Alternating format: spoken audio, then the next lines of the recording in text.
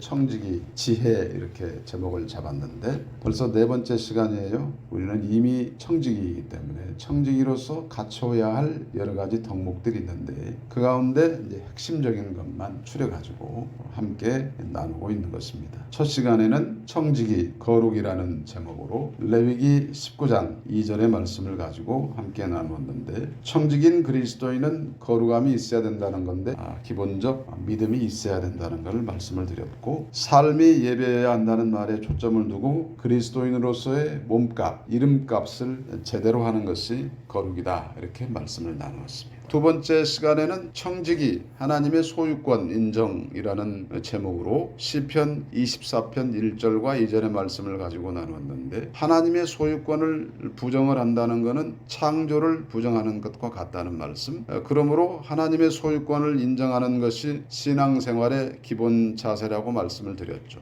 우리에게 주신 재물뿐만이 아니라 우리의 부모와 자녀와 친구들과 동료들 그리고 심지어는 원수조차도 내 것이라 여기고 주님이 관리하라고 맡기셨음을 깨닫고 사랑하려는 마음을 갖고 살아가는 것, 그것을 실천한 것이 바로 청지기인 그리스도인의 삶이다 이렇게 말씀을 드렸죠. 세 번째 시간에 정직이라는 제목으로는 정직하지 못하면 하나님 진리에 이를 수가 없다고 말씀을 드렸습니다. 공평한 추를 사용을 해야 한다 이렇게 말씀을 드렸습니다. 정직은 겸손의 다른 말이라고도 말씀을 드릴 수가 있을 텐데 청지기는 정직해야 되는데 정직이라는 것은 속이지 않는 거 아니겠습니까? 그러니까 말씀을 지키는 것 그리고 자기 자신을 하나님께 드리는 것, 재물을 드리는 것 이런 것으로 정직하게 나타나야 되겠다. 그래서 정직을 가장 알기 쉽게 적용할 수 있는 본문이 있는데 바로 고린도후서 9장 7절의 말씀. 각각 그 마음에 정한 대로 할 것이요 인색함으로나 억지로 하지 말지니 하나님은 즐겨 내는 자를 사랑하시느니라. 이 말씀이 기준이 되었으면 좋겠습니다. 오늘 이제 누가복음 16장 8절부터 13절의 말씀을 주 본문으로 사용을 해서 청지기 지혜라는 제목으로 말씀을 나누게 될 텐데 우리는 하나님 앞에 지혜로워야 되지 않겠습니까? 잔꾀를 부려서는 곤란하겠다 이런 말씀을 먼저 드리면서 오늘 말씀을 시작하도록 합니다. 청지기라면 마땅히 지혜가 있어야 되는데 그 어떤 지혜냐는 것이죠. 잔꾀가 아니라 참된 지혜가 있어야 되겠다 이렇게 말씀을 드리는데요. 1절부터 13절까지가 한 단락인데 8절부터 13절까지를 주요 본문으로 삼고 말씀을 나누려고 합니다. 청지기에게 재산을 모두 맡겨놓고 다른 곳에서 사는 아주 돈 많은 고리대금업자, 사채업자 주인이 있었답니다. 그런데 그 주인이 한 소문을 듣습니다. 어떤 소문을 듣냐면은 자기 청지기가 그러니까 관리인이 자기가 맡겨놓은 재산들을 함부로 써가지고 낭비를 한다는 거예요. 그래서 그 사람을 데려다가 혼을 내는 거지. 너 이놈 왜 그렇게 했어? 자초지종을 얘기해봐. 이렇게 혼을 냅니다. 그러니까는 이 청지기는 이거 큰일 났는 걸 좀 있으면 잘리겠네. 그럼 내가 어떻게 해야 되지? 잘리면은 뭘 해먹고 살아야 되지? 어디 가서 노가다를 하자니 힘이 딸리고 또 남 밑에 가서 그냥 월급 생활을 하자니 그래도 관리인 지배인 노릇을 하고 있었는데 이거 쪽팔려서 어떡하지? 이런저런 생각을 하다가 이제 지혜를 낸 거예요. 주인에게 빚진 자들에게 연락을 해가지고 다 일로 좀 오세요. 불러가지고 당신은 얼마를 빚졌습니까? 그러니까 나는 1억을 빚졌습니다. 그래요? 내가 5천만 원으로 깎아줄게요. 당신은 얼마입니까? 나는 3천만 원. 그래요? 1,500만 원으로 깎아줄게요. 이렇게 해가지고 차용증서를 다시 써줘 버린 거예요. 그러니까는 주인이 이 말을 들었을 때 기가 막힌 거야.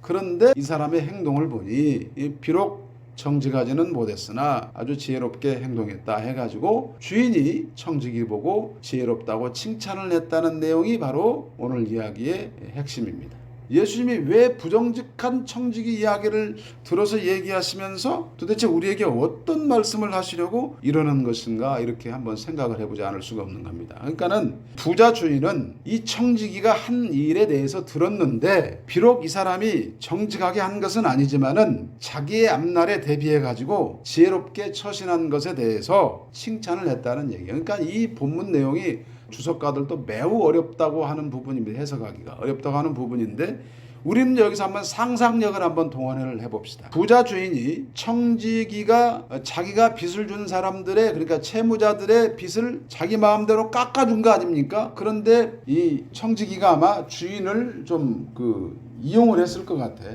주인님한테 내가 허락을 받았습니다. 이런 식으로 했을 것 같아요. 그러니까는 나중에 그 소리를 들어 채무자들이 아이고 사장님 감사합니다. 여만저만 해가지고 이렇게 이번에 빚을 탕감해 주셔서 얼마나 고마운지 모르겠습니다. 이렇게 얘기를 했을 거 아니에요. 감사 인사를 표시했을 거 아닙니까? 그랬으니까 그 주인이 들었지. 그렇지 않으면 어떻게 들었겠어요? 만일에 아니 나 그렇게 해준 적 없는데 그놈이 지 맘대로 했는데 아니 원래대로 갚아요 막 이렇게 해버리면 그 집주인 체면이 뭐가 되는 거예요? 그 말이 안 되잖아. 그러니까는 그래요?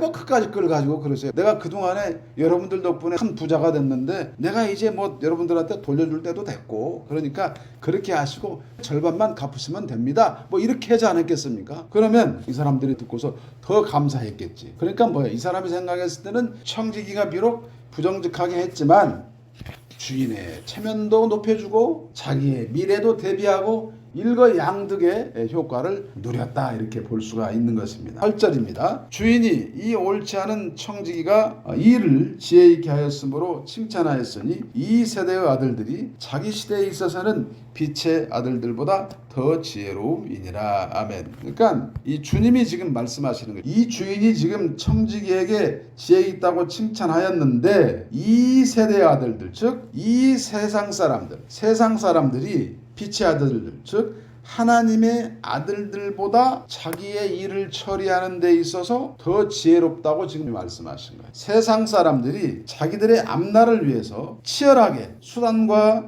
방법을 가리지 않고 최선을 다하는 것에 있어서 지혜롭다 이렇게 말씀을 한 겁니다. 그러니까 우리 주님이 부정직하고 수단 방법을 가리지 않는 그 행동을 정당하다라고 말씀을 한 것이 아니라 이 사람들이 미래를 대비하여 열심히 살아가는 열심히 처신하는 그것에 대해서 지혜롭다고 말씀을 하셨다는 겁니다. 이면에 담겨있는 뜻은 무엇이겠습니까? 너희들은 빛의 자녀들이 아니냐 하나님의 아들들이 아니냐 그렇다면 이 세상 사람들보다는 좀 더 너희들이 좀 나아야 되지 않느냐 이렇게 우리 주님이 요구하고 있다는 것을 우리는 캐치할 수가 있어야 되는 겁니다. 그래서 그 다음에 9절에 가보니까요 내가 너희에게 말하노니 불의의 재물로 친구를 사귀라. 그리하면 그 재물이 없어질 때에 그들이 너희를 영주할 처소로 영접하리라. 아멘. 이 여기서 불의의 재물이 뭐예요? 그러니까 불의의 재물이라고 해서 나쁘다는 뜻이 아니에요. 하늘의 보화와 반대되는 의미로 불의의 재물이라는 걸 표현했는데 이 돈 물질을 말하는 거 아니겠어요? 이거를 가지고 친구를 사귀라고 말하는 겁니다. 친구를. 다시 말하면 도와주라는 얘기예요. 가장 쉬운 예로 여기서 누가 되겠습니까? 가난한 자를 도우라고 말씀을 하는 겁니다. 이런 행위는 결국 하나님을 친구로 삼는 결과를 낳게 되는 것이죠. 그래서 자신이 어려운 처지에 빠졌을 때에 이 도움을 받을 수 있다고 하는 것을 확실하게 말씀을 해주고 있습니다. 그 다음에 10절부터 12절입니다. 지극히 작은 것에 충성된 자는 큰 것에도 충성되고 지극히 작은 것에 불의한 자는 큰 것에도 불의하니라. 너희가 만일 불의한 재물에도 충성하지 아니하면 누가 참된 것으로 너희에게 맡기겠느냐. 너희가 만일 남의 것에 충성하지 아니하면 누가 너희의 것을 너희에게 주겠느냐. 아멘. 지극히 작은 것 요거 재물이 되겠고요. 큰 것 요거는 복음입니다. 그리고 이제 11절에서 불의한 재물 이건 재물이고 그리고 참된 것 요거는 복음이고요. 그리고 12절에서 남의 것 요거는 재물이고 그리고 너희의 것 요거는 또 복음입니다. 그러니까 하나님이 우리에게 재물을 맡겨주셨잖아요. 그러면 맡겨주신 재물을 잘 관리해가지고 선하게 쓰는 사람이 그리스도의 복음을 맡은 사람이다 이렇게 말씀을 드릴 수가 있는 거고 이 사람들이 어떻게 하나님 나라의 청지기로서의 직무를 잘 감당할 수 있다 이렇게 말을 하는 겁니다. 다시 한번 얘기해 봅시다. 재물이 우리에게 주어졌어요. 내 것이죠. 내 것인데 원 소유주는 누굽니까? 하나님이시잖아요. 그런데 이 재물을 내가 잘 관리하지 못하면 내가 잘 사용하지 못하면 어떻게 하나님 나라 일꾼으로서 복음을 전하고 복음을 수호하는 일을 할 수 있겠느냐 이렇게 말씀을 하는 겁니다. 재물의 노예가 되지 않아야 된다는 말씀이죠. 하나님을 위해서 사람을 위하여 재물을 쓸 줄 알아야 된다는 것이죠. 그래서 신뢰를 얻은 사람이 진짜 지혜로운 하나님의 청지기다 이렇게 말씀을 드릴 수가 있는 겁니다. 이처럼 신실한 사람에게 하나님의 복음을 맡기시는 게 하나님의 원리라고 말씀을 하고 있는 것이죠. 그러므로 우리가 이제 재물이 얼마나 많이 있느냐 없느냐 그건 중요하지 않아요. 내가 꼭 많이 있어야만 누구를 돕는 게 아니잖아요. 그러잖아요. 그러니까 내가 가진 수준에서 나에게 알맞게 할 수 있으면 되는 겁니다. 재물을 사용할 때 우리 주님의 이름으로 사용하는 것, 이것이 중요한 것이고요. 재물의 힘에 휘둘려 가지고 재물에 굴복하고 종이 되어서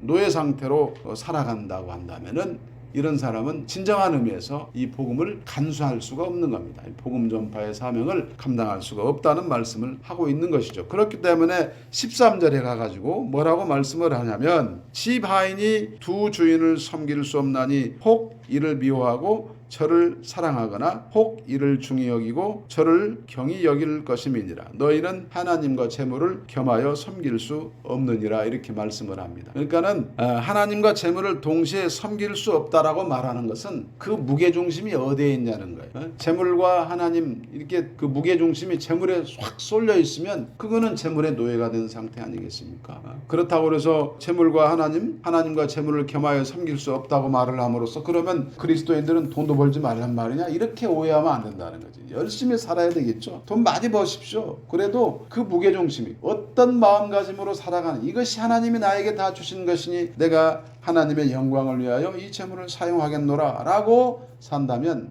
아무리 재물이 많아도 그 재물의 노예가 아니기 때문에 중심이 하나님에게 있기 때문에 얼마든지 하나님 영광을 위하여 쓸 수가 있는 겁니다. 그러나 단돈 몇만 원밖에 없는 사람이라 할지라도 그 무게중심이 재물에 가 있으면 하나님의 영광을 드러낼 수가 없는 거다, 이렇게 말씀을 드리는 겁니다. 그래서요, 내가 가진 재물을 지혜롭게 사용하는 사람, 그래서 하나님께 영광을 올려드리는 사람이 복음의 비밀을 맡은 자, 복음 전도자로서의 삶, 진정한 그리스도인으로서의 삶을 온전히 감당할 수가 있다고 말씀을 드리는 겁니다. 그래서 좀 더 생각을 해보면요, 옳지 못한 청지기가 자기 미래를 준비하는 것을 보고 주인이 지혜롭다고 칭찬하지 않았습니까? 예수님도 그가 지혜롭다고 하셨는데 청지기는 주인이 맡겨놓은 것을 관리하는 사람이 아니겠습니까? 그는 해고이기 위해서 자기 주인의 소유를 잘 이용을 했다. 주인의 소유, 여기에 방점이 있는 거죠. 소유를 이용을 했다. 자기 것이 아니었다. 다시 말하면 주님은 이 청지기의 지혜로움에 대해서 지금 우리에게 권면을 하고 교훈의 말씀을 주시는 거죠. 배우라고. 그리스도인 청지기인데 우리는 정직하기는 하지만 어리석은 상태일 수 있습니다. 그리고 또 영리해, 똑똑해. 그러지만 또 부정직할 수도 있어요. 그래서 우리 주님이 요구하시는 건 뭐예요? 정직하면서도 영리하라, 이렇게 말씀을 하고 있는 거 아니겠습니까? 이 청지기는 부정직했어요. 세상 사람이기 때문에. 그래서 이 청지기는 부정직했지만 미래를 위해서 지혜롭게 처신한 것에 대해서 칭찬했어. 그러면 믿는 너희들은 어떻게 해야 되겠느냐? 정직하면서 어떻게? 지혜로워야 된다, 이렇게 말씀을 하고 있는 것입니다. 자기의 정욕, 탐욕을 위해서 주인의 재산을 썼을 때에는 자기가 망하는 그런 결과를 얻었지만은 주인의 재산을 가지고 다른 사람을 위해서 썼을 때에는 자기가 어떻게 됐어? 자기가 미래가 보장이 되는, 자기에게 유익이 되는 그런 결과를 얻었다는 것을 말씀을 드릴 수 있습니다. 이제 정리를 해봅시다. 우리에게 모든 걸 다 주셨어요. 그러면 우리 것이라 할지라도 내 것이 아니고 누구 것이다? 하나님의 것이란 말이에요. 그러니까 결국 어떻게 돼? 우리의 것을 하나님이 주셨으니 내 것이라 여기지 않고 하나님의 것이기 때문에 이웃을 위하여 이타적인 삶을 살아가는, 또 나를 위해서 쓰더라도 주님의 이름으로 꼭 써야 할 때 쓰는 사람, 이런 사람들이 이제 재물을 잘 관리하는 사람이고 정직하고 지혜로운 청직이다, 이렇게 말씀을 드릴 수가 있는 겁니다. 그래서 특별히 말씀하는 것은 무엇입니까? 가난한 자들을 위하여 천국의 보화를 쌓으라고 말하고 있지 않습니까? 친구들이 누구의 가난한 자들 아닙니까? 그러면 없던 사람들만 가난한 자들인가? 이렇게 생각할 수 있는데 예수를 모르는 사람도 가난한 자 아닙니까? 그냥 결과적으로 우리가 재물을 잘 사용하는 이유는 뭐예요? 궁극적으로는 우리가 복음을 전파하기 위해 그런 것이기 때문에 결국 예수를 모르는 자들에게까지 이제 복음을 잘 전해야 되는 그런 사명이 우리에게 있다고 봤을 때 결과적으로는 거기에까지 우리의 생각이 미쳐야 되겠다 이렇게 생각을 해봅니다. 천국 은행은 부도가 나지 않습니다. 천국의 주가는 떨어지질 않아요. 그렇죠? 그렇기 때문에 우리는 생각을 바꿔야 돼요. 어떻게? 나는 없기 때문에 도울 수가 없어. 그게 아니라 기준이 달라져야 돼. 우선순위가 내가 가진 것 가운데 일부를 쓰고 그리고 내 수준에 맞게 돕고 그러고 나서 내 것을 쓰면 되는 겁니다. 우리를 위해서 쓰면 되는 것인데 어떤 사람을 지정을 해가지고 직접 도와주는 방법도 있을 수 있고 또 교회나 어떤 기관에 헌금을 해가지고 그들로 하여금 돕도록 하는 방법도 있을 겁니다. 이것이 진정한 순종이고 헌신이다. 하나님의 말씀을 지켜 행하는 것이다. 이렇게 말씀을 드릴 수가 있습니다. 그러므로 우리가 이제 지난 시간에 살펴보았던 공평한 추를 쓰자고 하는 말씀이 있지 않습니까? 그 공평한 추를 쓰자고 하는 것이 이제 말씀 지킴과 예물 드림이라고 하는 두 기둥을 통하여 정직, 공평한 추라고 하는 개념이 나타나게 되는 것인데 오늘 말씀과 견주어 살펴보면 공평한 추라고 하는 개념, 이 정직이라고 하는 개념, 말씀 지킴과 예물 드림으로 나타나는 이 정직이라고 하는 키워드가 청지기의 지혜 속에 담겨서 발휘가 되는 것을 우리는 확인할 수가 있습니다. 그래서요, 세상에서는 수단과 방법을 가리지 않고 자신의 미래를 준비하려고 하는 데에 비해서 하나님의 백성들은 정직하면서 지혜롭게 주신 모든 것들을 비록 자기를 위해서 쓴다 할지라도 주님의 이름으로 사용하고 그리고 이타적으로 살아가는, 이타적으로 사용하는 이게 바로 청지기 사명을 다하는 것이다 라는 결론에 이를 수가 있는 겁니다. 우리 주님의 뜻을 따라서 주님의 이름으로 주님이 하라고 하시는 대로 사용을 해야 한다는 것인데 가난한 자들을 위해서 천국에 보화를 쌓으라고 하셨기 때문에 이거는 재물뿐만이 아니라 주님이 간절하게 필요한 사람들, 다시 말하면 그런 사람들도 예수 그리스도를 모르는 사람들도 가난한 사람들이기 때문에 그들에게 복음을 적극적으로 전해주는 것도 결과적으로는 도와주는 일이다 이렇게 말씀을 드릴 수가 있는 겁니다. 그래서 우리에게 맡기신 모든 것, 재물뿐만 아니라 우리에게 맡기신 복음까지 전부 다 이거를 잘 베풀고 나누고 전하고 함께 사용하는 데 최선을 다하는 것이야말로 천국 보화를 쌓는 길이다 이렇게 말씀을 드릴 수 있겠습니다. 그래서 재물에 대한 욕심, 열심히 사는 건 중요하지만 재물에 집착을 해가지고 그렇게 살아가다가는 하나님을 놓쳐버릴 수 있다. 그러므로 일단 이 재물을 잘 관리하는 것이 청지기로서의 지혜를 발휘할 수 있는 기본이 되는 것이고 이거를 잘 관리하는 사람들이 하나님 나라의 복음을 간수할 수 있고 전파할 수 있는 그런 은혜로운 사명을 감당하게 되는 것이다. 이렇게 정리를 해볼 수가 있겠습니다. 그래서 오늘도 주신 말씀을 가지고 지혜롭게 처신할 수 있기를 주의 이름으로 간절히 축복을 합니다.